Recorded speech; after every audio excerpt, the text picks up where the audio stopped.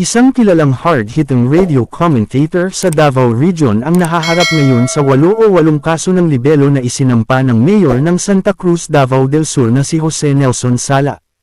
Ayon sa alkalde, gumawa umano ng mga walang basehang paratang ang radio commentator na nag-uugnay sa kanya sa isang mabigat na krimen.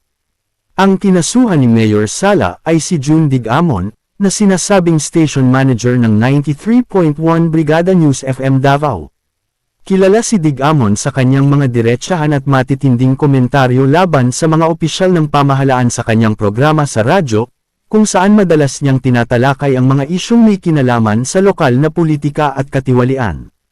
Ayon sa reklamo, isinampa ang 8 kaso ng libelo sa Digos City Prosecutor's Office, at inisyuhan na ng subpoena si Digamon upang magsumite ng kanyang sagot sa loob ng 10 araw mula nang matanggap ang abiso.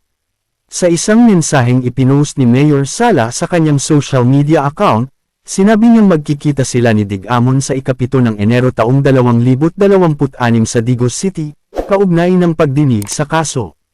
Idinagdag pa ng alkalde na kasama rin sa isinampang kaso ang mismong radio station kung saan nagtatrabaho ang commentator.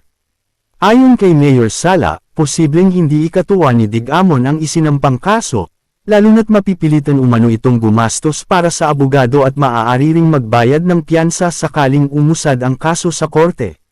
Ipinahayag ng alkalde ang kanyang galit matapos niyang malaman na sa programa ni Digamon sa radyo ay pinaratangan siya na may kinalaman sa pagpatay kay 3 de Mayo Barangay Captain Oscar Bucol Jr., na naganap noong ika-25 ng Nobyembre.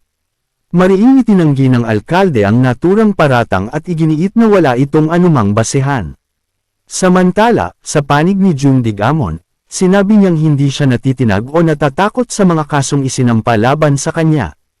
Ayon sa commentator, handa niyang harapin at sagutin ang reklamo, at igigiit niya ang kanyang karapatan bilang isang mamamahayag at komentarista.